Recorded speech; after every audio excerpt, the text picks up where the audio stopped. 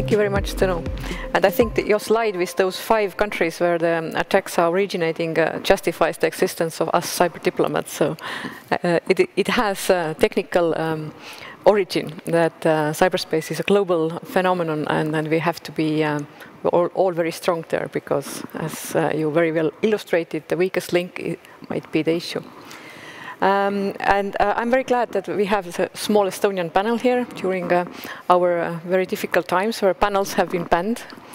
And we can discuss the last more maybe technical issues in the end of this long masterclass. I have a question, Tõnu, for you.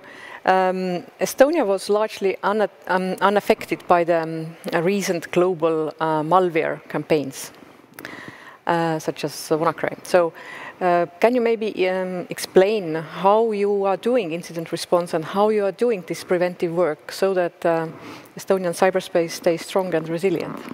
That's a very good question, Heli. First of all, by showing the 5 different countries, it's absolutely important that countries have cyber diplomats, because each country needs to contribute, and we need to make sure each country understands, and each country needs to have the right tools in their toolbox in order to manage their portion of cyberspace. Ultimately, it all comes down to the global cyberspace. So if we all work our part, we can manage the risk as a whole. Now, coming to your question, how did we manage to escape with very little losses? It all comes down to a simple thing. We need, on top of talking about cybersecurity, we also need to do cybersecurity. As I mentioned, standards are good, but also best practice. We need to keep systems updated. WannaCry was able to deploy because systems were not patched. If you do your stuff the way best practices foresee, issues like WannaCry are like rain and you under the umbrella. It doesn't touch you. And how do you do incident response and the public-private partnership? How this works here? This is, I think, another area where Estonia is particularly good at. We share a lot of cases openly and transparently, not only within our constituents here in Estonia, but worldwide. And it's important for others to learn from the mistakes that we make. Far worse is when they learn from their own mistakes. So that's I think, that is quite unique for Estonians, that we are so willingly and transparently sharing what happened, but also why it happened. And on some of the times, also who was behind it. Thank you. It's a good explanation. And let me turn now to Siim. You explained us the CyberNet and how this network will be built, but what kind of organizations and institutions you would like to join this network?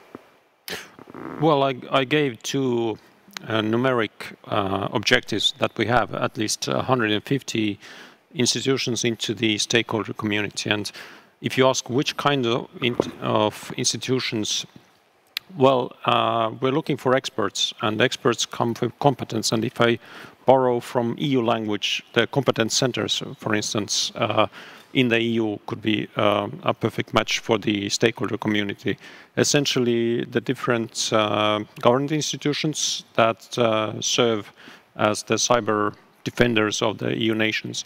But also, I mean, it's obvious that a big chunk of the innovation, the innovative responses to cyber threats, they come from the private sector as well as academia. So universities, think tanks, institutions like that, they are also on our radar to reach out as members of the stakeholder community. And as we speak now during those extraordinary times, and we are all meeting virtually now for many months, what do you think now happens from now on? Do we continue doing everything virtually because it's sometimes also easier to log in and not to take a very long flight, or will the normal life resume at some point? What do you think is the effect of this sudden virtual lifestyle for our future? Maybe Tõnu, you will ask. the way I see, there are two parts of building cyber capacity. There is the technical side, and then there is the human side. The technical side, you can even build from home under the blanket. Just have the computer turned on and connect it to the internet. What we can't do from home and what we can't do virtually is meeting people, building the relationships, sharing information, not virtually, but sharing it physically, sharing the emotion, how I felt, how I dealt. You can do it to a degree from online, but physical interaction for humans is absolutely necessary. That's a very encouraging message for the technical persons. Thank you, Siim. Yeah, I'd like to echo Tõnu on that one. I mean, the technology and the humans, they are both. They have their role to play in this equation. As I mentioned, the EU is conducting a number of projects which deal with cyber capacity building. And on one hand, we just recently reached out to the fellow project managers. And on one hand, EU and its projects never stopped its activities, I mean, running courses, educating people.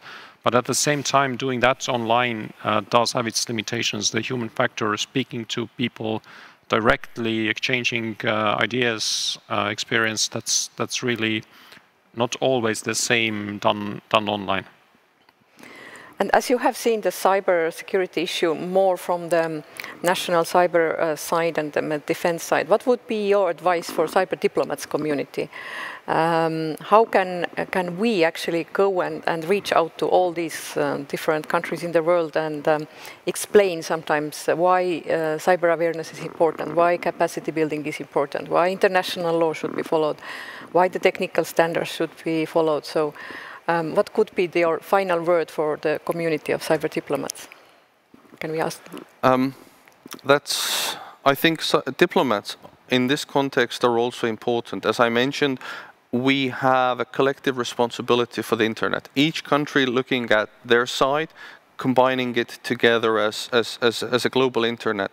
What is important is that we share the experience that we have in each country. This is where diplomats often do, and how do I say, unappreciated work, or people don't understand what is the benefit. But the other key thing is that we need to educate those people that make decisions on political level and to make them understand how technology works. As I was explaining before, we cannot have secure communication and communication with security but with backdoors at the same time. You either have it secure or you don't. We need to educate political masters so that they can make better decisions so that we can implement those standards. Yeah, again, I can echo Tõnu on that. I mean, we've had tremendous speakers today highlighting how actually the two worlds, the diplomacy and the technology, they are related. I mean, today, if I can borrow from one of your slides, if CERT people are the first responders in a way, so are diplomats often in your work. And I mean, learning from each other, that's, I think, essential for both sides on this one. Thank you for joining us today, and thank you for all the viewers who are still there after this long 5 hours. And I think the work goes on, and the community of cyber diplomats is growing, and we hope to follow up this virtual cyber masterclass. Thank you.